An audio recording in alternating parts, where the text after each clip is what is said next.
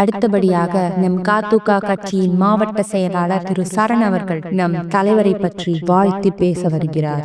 எல்லோருக்கும் வணக்கம். இங்கு நான் வந்திருக்கேன் தலைவரை பற்றி பேசுவதற்காக. இவர் வெறும் ஒரு தலைவர் அல்ல, இவர் தான் ஒரு தலைவர்களுக்கே மிகப்பெரிய தலைவர்.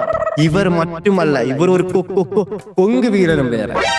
ஒரு நாள் நான் கேரளாவுக்கு சென்ற போது ஒரு அழகான நெளிவான வடிவான ஒரு ஆண்டியை பார்த்தேன்.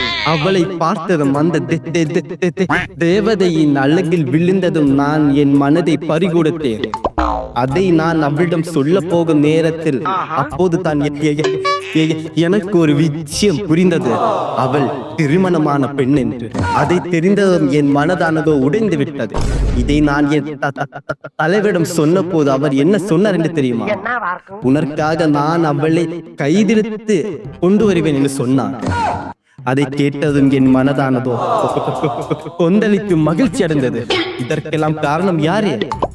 எனது தலைவர். இவர் தலைவர் மட்டுமல்ல, இவர் எங்கள் மாதிரியான காதல் கண்ணர்களுக்கெல்லாம் மா மன்னராவா.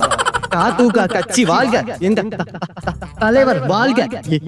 இத்துடன் என் உரையை முடித்துக் கொள்கின்றேன். நன்றி, வணக்கம்.